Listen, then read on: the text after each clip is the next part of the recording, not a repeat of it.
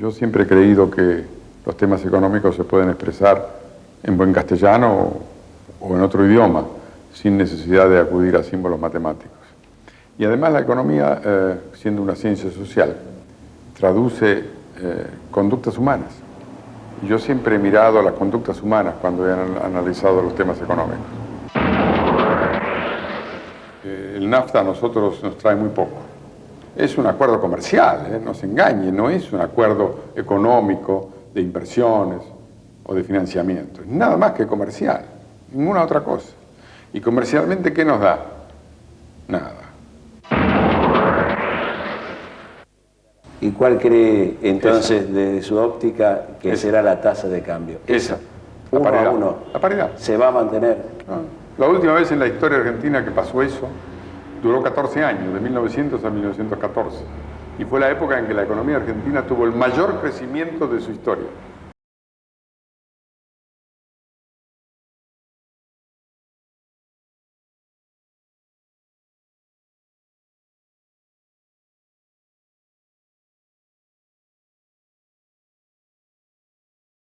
Edición Abierta quiere llevar hoy hasta su pantalla el testimonio de un hombre que ha estado permanentemente vinculado con la actividad económica y que en más de una oportunidad se lo ha señalado como un potencial ocupante del Palacio de Hacienda.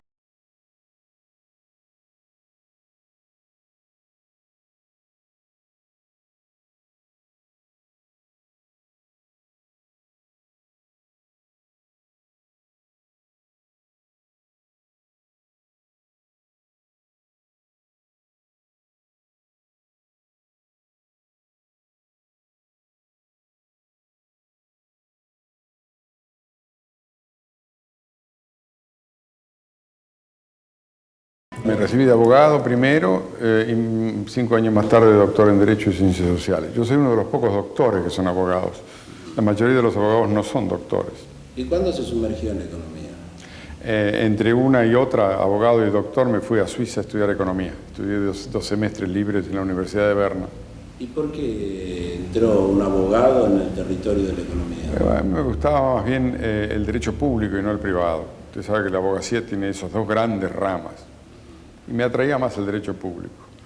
Y no me satisfacía lo que me enseñaba el derecho en materia de derecho público. Me parecía que faltaba la sustancia, el fondo de las relaciones sociales. Entonces resolví llenar de sustancia económica las relaciones formales del derecho. Y creo que la combinación de los dos es extremadamente útil para saber qué pasa. Porque normalmente cuando se habla de Roberto Alemann, lo que piensa la opinión pública es en el economista, muy poco lo sitúan en el abogado. ¿En realidad no le hubiera gustado transitar la carrera de Ciencias Económicas? No en esa época, porque no existía. Cuando yo me recibí de bachiller en 1941, la Facultad de Ciencias Económicas era una facultad para contadores, fundamentalmente con un poquito de economía. Y yo no tenía el perito mercantil. Además, la contabilidad es una disciplina que nunca suscitó mi atracción intelectual. En cambio, la Facultad de Ciencia Económica, como se la conoce hoy, con la carrera de economista, solo se creó en 1960. ¿Y cuándo se sumerge en el periodismo? Ese lo llevo en la sangre.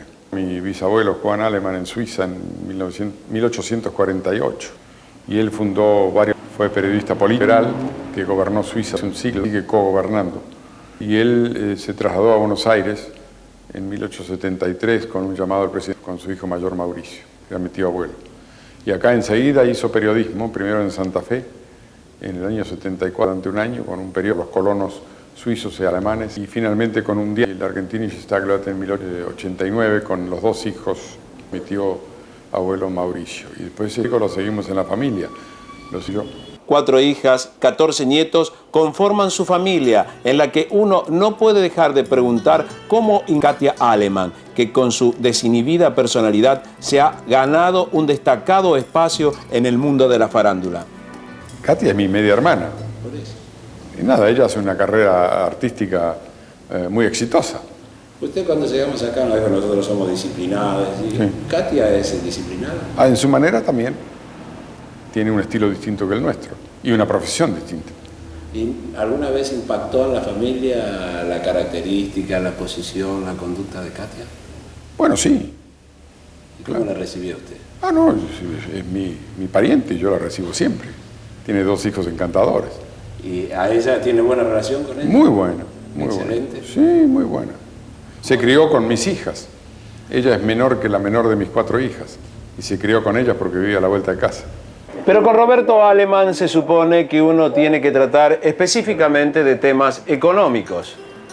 Y en ese instante comenzó a sobrevolar la imagen del ministro Cavallo, aunque en ningún momento fue a voz directa. El economista, sin embargo, no evitó de ninguna manera fijar su posición si estamos frente a un modelo económico o a una política económica. Yo tengo una visión distinta de la economía. Por ejemplo, yo no me incliné nunca por la econometría, que es la matemática aplicada a la economía, que es fría, porque resume todas las variables económicas en fórmulas matemáticas.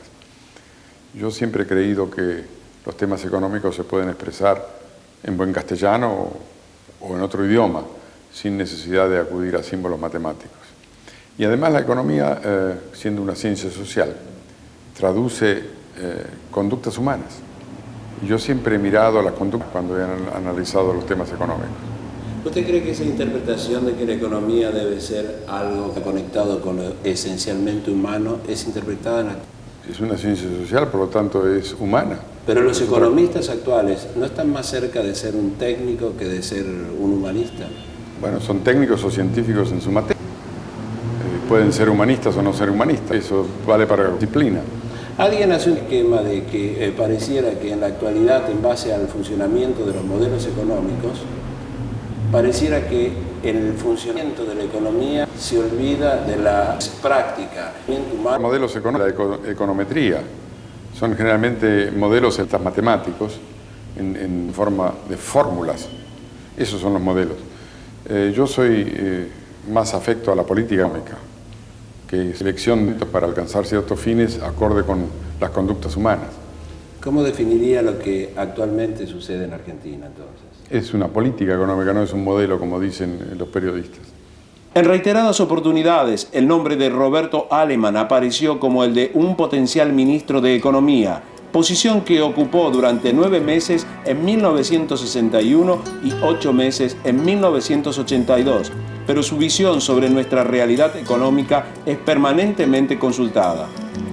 Antes teníamos una política de economía cerrada, protegida, prebendaria, de subsidios, y por lo tanto los agentes económicos se orientaban en sus esfuerzos a conseguir ventaja del gobierno y evitar competencias que les molestaran. Esto era fundamentalmente. Hoy es una economía abierta, desregulada, desindexada, con equilibrio fiscal y prácticamente sin inflación. ¿Qué hacen los agentes económicos? Se adaptan a esa conducta, compiten, crean nuevos productos, buscan nuevas técnicas, traen las mejores máquinas del exterior, buscan financiamiento en la bolsa y ya no le están pidiendo al gobierno permanentemente prebendas, subsidios, protecciones ni nada de eso. Cuando se analizan los servicios particularmente energéticos y de comunicaciones, la situación monopólica de alguno de ellos abre la discusión sobre la apertura de nuestra economía. Son los llamados monopolios naturales. Están dados por la circunstancia de que es inconveniente, caro, sería imposible de financiar, instalar doble línea de electricidad, doble línea de teléfono, doble línea de gas para dar competencia. Eso es así en todas partes del mundo. Pero ¿y cuál es la defensa que tendría el consumidor? Las entidades reguladoras del Estado, que existen. ¿Y usted cree que están funcionando correctamente? Sí. Tal vez todavía no tienen suficiente experiencia y les falta alguna jurisprudencia administrativa, pero lo están haciendo, ¿cómo no? ¿Hay ¿Usted cree que hay situaciones que están sucediendo por falta de experiencia de los argentinos en los mecanismos de libertad de mercados? Sí, todavía falta. Acostumbrarse a competir y a actuar en una economía abierta lleva bastantes años. Todavía el comercio nuestro sigue teniendo aquel recuerdo del precio de reposición y por las dudas agregar algún factor más por si el precio de reposición resultara más caro que el precio de venta de la mercadería. Todavía hay bastante de eso en los márgenes comerciales.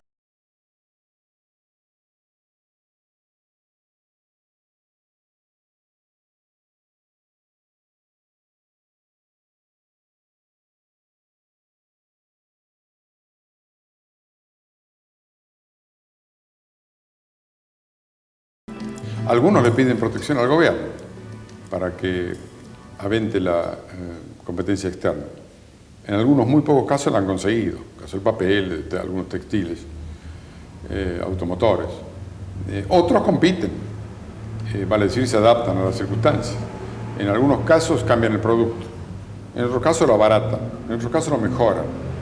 En otros casos ellos mismos incorporan a su línea de producción productos importados. Es decir, se aprovechan de la energía que significa poder traer productos para agregarlo a su línea. Compiten, ven cómo está el precio y dentro de ese precio tratan de salir adelante. Se adaptan perfectamente, por eso digo, la economía son conductas humanas.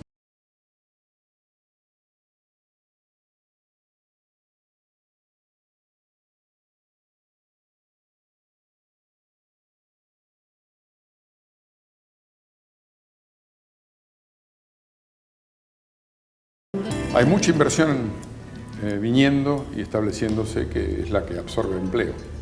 Habrá seguramente hacia fin de este año un fuerte impulso a la construcción, de la mano de las hipotecas a largo plazo que proveerán los fondos de las pensiones privadas.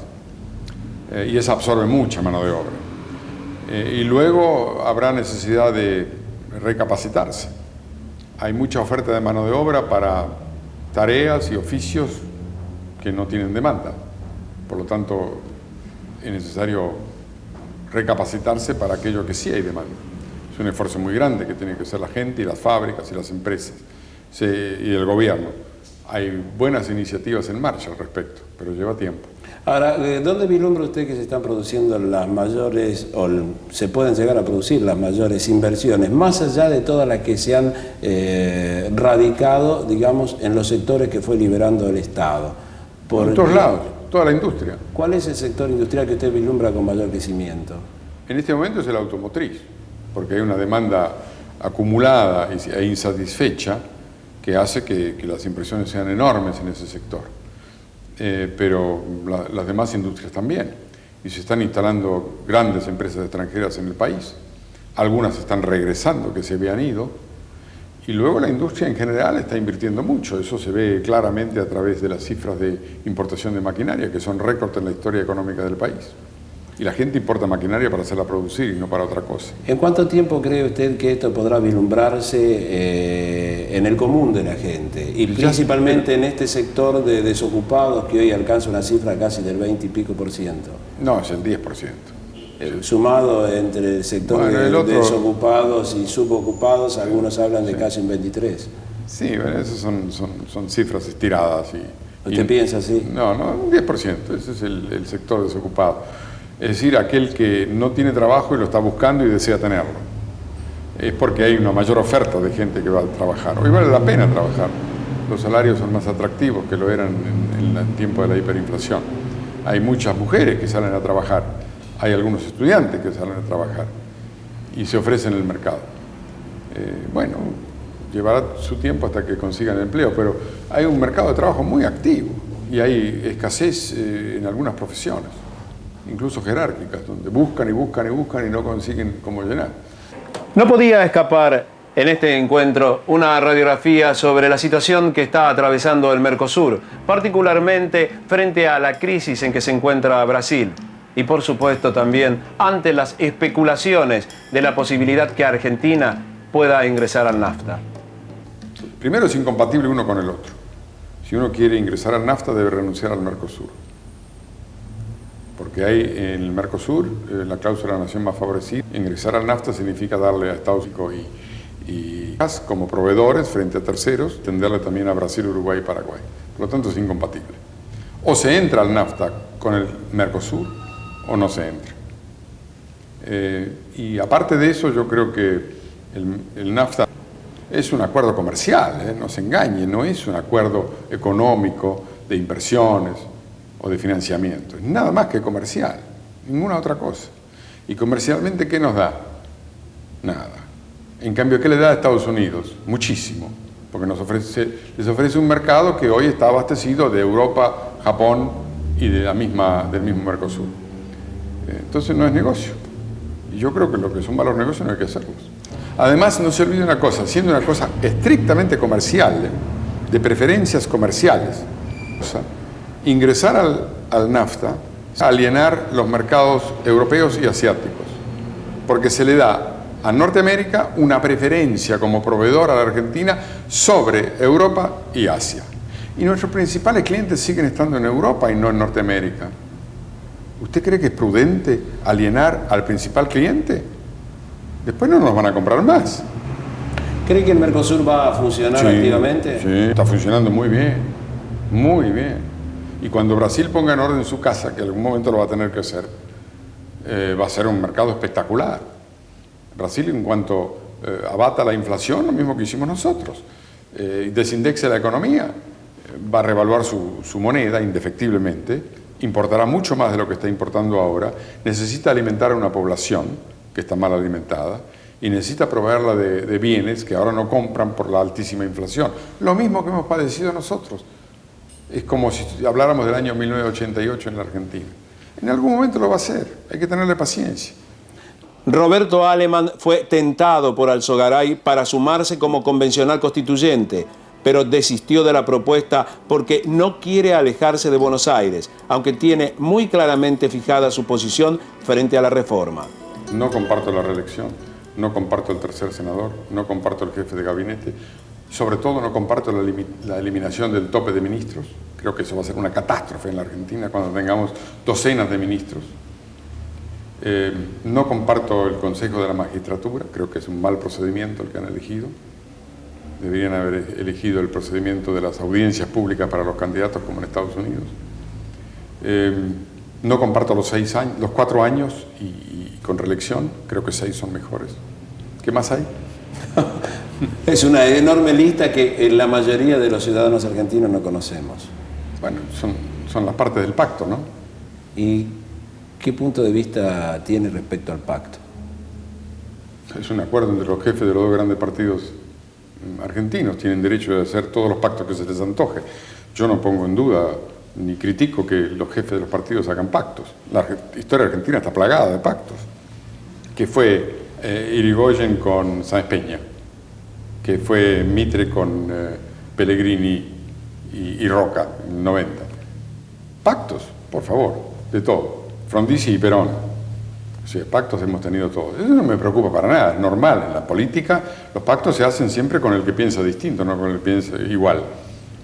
Es lo que dijo el primer ministro Rabin hace muy poco tiempo cuando sus correligionarios le echaron en cara de haber hecho un pacto tan luego con su enemigo Arafat. Y él dijo, los pactos se hacen con los enemigos, no con los amigos. Eso está bien. Ahora, el contenido del pacto, yo le acabo de dar mi opinión. Y no es de hoy, es de siempre. Es decir, que esencialmente usted sostiene que la Constitución no debe ser tocada. No, esencialmente no debe ser tocada. No es porque es la circunstancia, sino porque este es un concepto esencial dentro suyo. Yo no tengo inconveniente que le reduzcan el mandato a los senadores de 9 a 6 años. No es una cosa tan importante como para modificar toda la Constitución, pero es un tema que me tiene sin preocupación. Que le quiten el requisito de que el presidente debe ser católico, apostólico, romano. Que no le pidan al presidente que tenga 2.000 pesos fuertes de renta anual, que nadie jamás se ha fijado que los tienen, porque ninguno lo ha tenido. En fin, ese tipo de cosas, usted comprende, no tienen mayor importancia. Pero la esencia del pacto, que es el canje de puestos, la reelección presidencial contra el tercer senador, el jefe de gabinete y la eliminación del tope de ministros, todos los puestos que nacen ahí, los cargos públicos son impresionantes. No se da una idea usted lo que va a hacer acá la inflación de cargos públicos bien rentados. Eso no.